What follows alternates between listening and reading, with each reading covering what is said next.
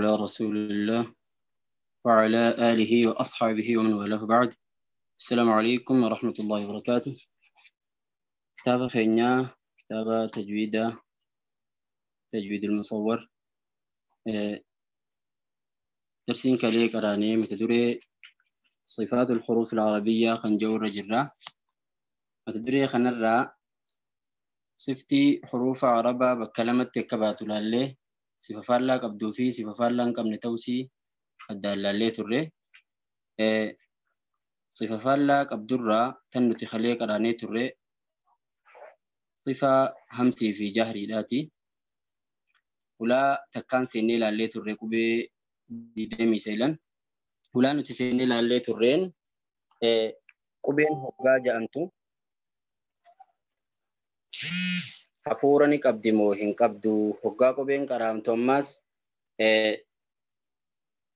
akkasuma kokkeen yookaan sagalee kokkee keessaa baatu ni qabdi moo hin qabdu kan jedhu laallee turre akkaataa saniin bakka lama qoonne qubeen hafuura malee sagalee hin qabne qubee 10 jenneeni tan hamsiidha jechuudha sifa hamsii tan qabdu qubee sakata fahathahu shakhsun jechuudha kana keessa walii qabamteetu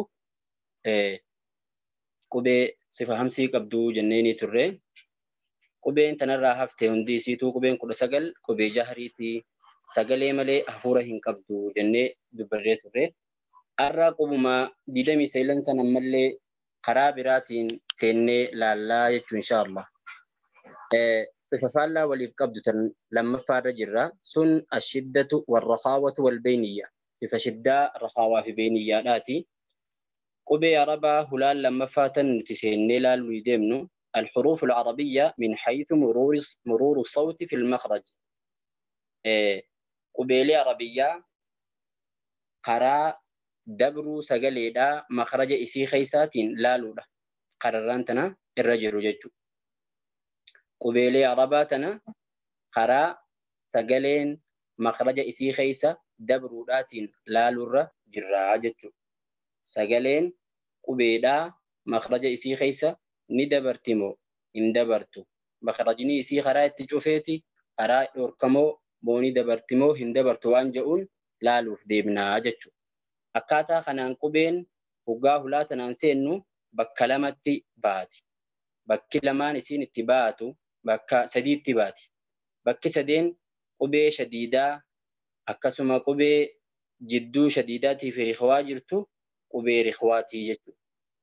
Akkaataa kanaan akkamitti bakka sadii baate kan jedhu hoggaallu qubee fudhanneetiti laallaa jechuudha. Fakkeenyaaf yoo qubee siin fudhanne siiniin sagaleen isii iddoo isiin irraa baatu san keessa ni dabarti dheereessuu ni qeebalti hoggaanii fi siin qaraanu yoo siin sukunaa jennu sagalee dheereessuu ni fudhatti moo hin fudhattu waan jedhu laalla fakkeenyaaf as hangafeeni harkisnu hangafeeni yoo dheereessaa ollee sagaleen iddoo isiin irraa baatu san keessa dabru ni qeebalti. Isii tana fuuneetiti bakka takka kaayyannaa jechuudha. Qubee biraa fuunee haa laallu hamzaa fudhannee haa laallu ya tuun kaja'u jechuudha. Ya hoggaa jennu hamzaan sagalee isii iddoo irraa ba'u san keessa sagaleen dheertuu dabruu hin qeebalu jechuudha. Hin fudhatu. Kanaaf isaas faallaa siinitti keenyaa jechuudha. Addaan baasuudhaaf kan itti aanu isa faallaa siinitti keenyee kan itti aanu eenyu jennaan qubee biraa haa fudhannu fakkeenyaaf qubee raafaa yookaan aynifaa haa fudhannu. Qubeen tun hoggaanii fi isii jennu makhraja isii keessa laaluudhaaf ar jenna. Inni kun hanga tokko bahuu ni qeebala ammoo guututtis bahuu hin qeebalu. Kanaaf isa kana walakkaa jara kanaa keenyaa jechuudha. Eenyu qubeeraa akkasuma ayni fudhannee yoo kalaallu taates hoggaa ayni jennu yoo ka jennu taate haga tokko sagaleen iddoo inni irraa ba'u keessa dabruu ni qeebalti ammoo akka reefu tasiinsanitti as haga feete dheereessuu san siin qeebalu. Kanaaf akka hamzaattis karaa guutuu si cufee ya je'ee qacamsi hin godhu jechuudha. Akka sagaleen keessa hin dabarre hin godhu. Kanaaf jecha isa kana jidduu kaayannee jechuun eenyu aynii fi raadhaas. Gaafa qubee 8 tana fudhannu qubeen 8 tun sagaleen iddoo isiin irraa baatu keessa dabruu hin qeebaltu. Ajidu qaxiin bakat qubeen 8 tun jechuudha.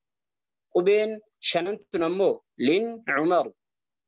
Qubeen laam nuun aynii miim firaatun haga tokko sagaleen iddoo isiin irraa baatu san keessa dabruudha qeebalti. Kanaaf isiin tun jidduu tana kaayante. Wanni hafe qubeeleen kanarraa hafe akka jirtutti ammoo sagalee dheereessuudha qeebalti. Takkaahuu iddoo isiin irraa baatu san keessa sagaleen dabruudha fudhatti jechuu akka gaaritti qeebalti waan ta'eef jecha qubeelee haftee qubee riqwaa jennaan jechuudha. Akkaataa kanaan qubee 8 tana yoo kan laallu taate qubee shadiidaa jennuun tana sagaleen isii keessa dabruu dhabuu jechuudha. Ya jennee fudhannee fakkeenyaaf jiimi yoo dabarre ad osoo gadi lakkifne jechuudha. Ad jennee yoo laallu taate qabtaa jechuudha. Sagaleen jalaa ol dhuftee hoggaa bakka jiimirraa bahu geessise ad qacama jechumattaati. Sagalee keessa dabruu hin qeebalu jechuudha jiimi. Daali yoo dabarrees ad akkasuma. Qaafilleen aq baanis ab baanis ab kaafis ak taanilleen at akkaataa kanaa jechuudha.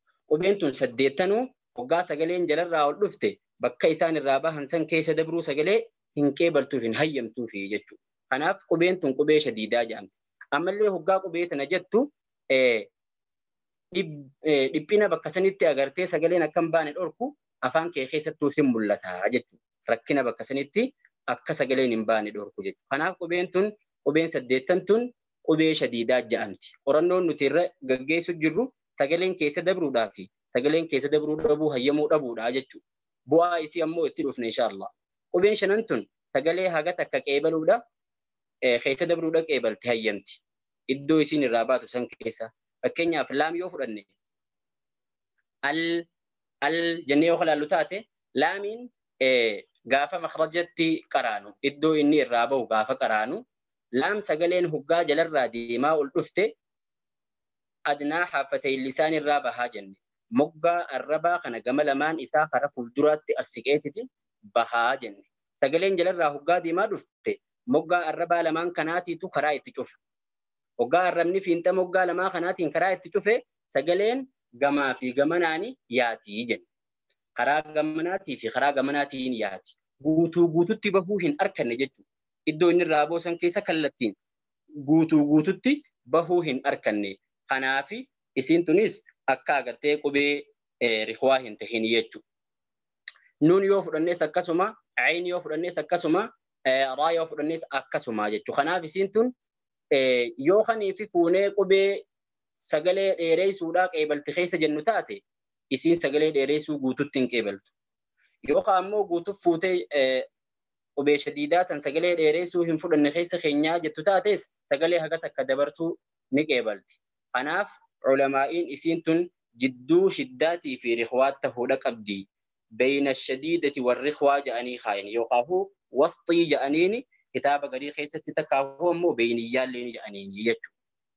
Qubeen Arabiyyaadhaa sagalee dheereessuu qeebaluu fi dheereessuu qeebaluu dhabuu keessatti kanaafi bakka sadeen kanatti qoodamte jechuudha. Qubeen 8 ajidu qaxin bakat jennuun tun sagalee dheereessuu inumaahuu hin qeebaltu. Akkasuma qubeen 5 tun lin Umaru tajannuun tun sagalee dheereessuu haga tokko qeebalti cinaa takka jechuudha. Guutuutti osoo hin tahin cinaa qeebalti. Qubee 12 tanarraa tan hafe qubee 8 fi 5 wali 13 qubee 13 tanarraa kan hafe guutuutti ammoo warra sagalee dheereessuu qeebalu riqwaa jedhamanii jechuu isaan kun. Bu'aan isii qaraatii quraanaa keessa maalii kan jedhu inshaallah itti dhufaa jirra. Kanaafuu isin cinqin. Qubeen shadiidaadhaa tun qubeen shadiidaa yookaan sifa shiddaa jennuun tun shiddaa jechuun maal jechuudha? Shiddaa jechuun hiya inxibaas jarayaani sawt qabamuu yookaan dhorgamuu yaa'insa sagaleedhaati. Qabamuu yaa'insa sagaleedhaati cinda nutuqi bilharfi shadiidi hoggaa dubbatamtu harfiin shiddaa qabdu hoggaanii fi dubbatamtu qabamuu isiitiini shiddaa jedhan jechuudha. harfiin sifa shadiidaadhaa qabdu hoggaanii fi dubbatamtu sagaleen isii qabamuudhaani maal jennaa shiddaa jennaa. Maaliif qabamti sagaleen isii jennaan ammaas natiijata ghalqil makhraj bu'aa bakki sagaleen sun irraa baatu waan cufamtuuf jecha bakki sagaleen sun irraa baatu sagaleen maalii sagaleen makhrajaa tan qubee shiddaa qabduu san irraa baatu waan cufamtuuf jecha maal taati iddoon sagaleen shiddaadhaa argamti. Sifti shiddaatun argamti jechuudha. Kanaaf shiddaadha jechuun hiya inhibaasu jarayaani sawti qabamuu yaa'insa sagaleeti cinda nutqi bilharfi shadiidi hoggaa dubbannu qubee shiddaadhaa hoggaa dubbannu qabamuu sagaleedhaatiini maal jenna shiddaa jennaa jechuudha. Maaliif cufamti jennaan natiijata ghalqil makhraj waan iddoon isiin irraa baatu san karaan itti cufamuuf jecha maal taati cufamti sagaleen qabamti. Qabamiinsa sagalee kanaatiitu maal ja'ama shiddaa ja'ama jechuudha. Fakkeenyaaf amma bakka kanatti hoggaa laallu jiim fudhannee yoo laalle jechuudha. Akkuma asirratti arguu jirru sagaleen jalarraa deemaa dhufti. Sagaleen jalarraa hoggaa deemaa dhufte bakka jiimirraa bahu hoggaa geesse qabtaati jechuudha. Aj gallakkifnee osoo hin ta'in akka kanatti jenna aj jennee yoo laallu taate sagaleen qabtaati jechuudha. Hoggaanii fi jalarraa deemaa dhuftee bakka kana geesse qabtaati jechuudha. Isiin tun sababaa maaliitiif jecha qabasit taate sababaa sifa shiddaa qabduuf jecha sagaleen asii qabamti. Qabamuu isii tanaatiitummaas shiddaa ja'amaa jechuudha. Qubeen 8 amma nuti asii gaditti dubbanne tun bakka lamatti qoodamti. Bakka lamatti baafna. Qubee sifa dura dabarte sanii wajjiin laaluudhaaf jechuudha. Sifti dura dabarte sifa jahriitii fi hamsiidhaati. Qubee 8 shiddaadhaa tana bakka lama baafnee hoggaa laallu qubee quxubu jaddiin jettuu fi qubee hamzaati arganna. Qubeen quxubu jaddii tun qubee agartee qalqalaadhaati. Itti dhufuuf jirra sifa qalqalaadhaa. Sababni isiin qalqalaa qabaatteef maali jennaan qubeen tun hoggaanii fi ja'amtu akkuma amma asitti arguu jirru jalarraa sagaleen deemaa hoggaa dhufte qabtaateetiti nama dararti nama dhiphifti. Ilmi namaa baay'inaan haasawa keessatti karaa irra laafaadhaati filata. Jecha karaa irra laafaadhaatti ibsuudha filata. Kanaaf jecha hoggaanii fi agartee sagaleen jalaa ol dhuftee qabtaatu san waan dhiphinni yookaan rakkinni afaan keessa namaatti argamuuf jecha akka isiin namarra laaffattuuf sifa qalqalaa aadumaan uumamee jedhan. Osoo itti yaadamtee isii tana osoo hin ta'in karaa laafintiitti deemuudhaaf jecha uumamtee jedhan. Fakkeenyaaf amma hoggaanii fi qubee jiim dubbannu aj jechuurra aj jechuutu irra wayya.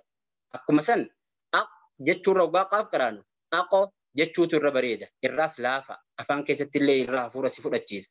Irraas sablaadha. Akkuma san yoonii fi daal fudhannu ad akkuma san baas ab jechuurra ab laal qab jechuun tun amma sagaleen qaba afaanii waliin gootu tun rakkina tokko afaanirra fiddee si dadhabsiifte. Kanaaf hoggaa ab jettu.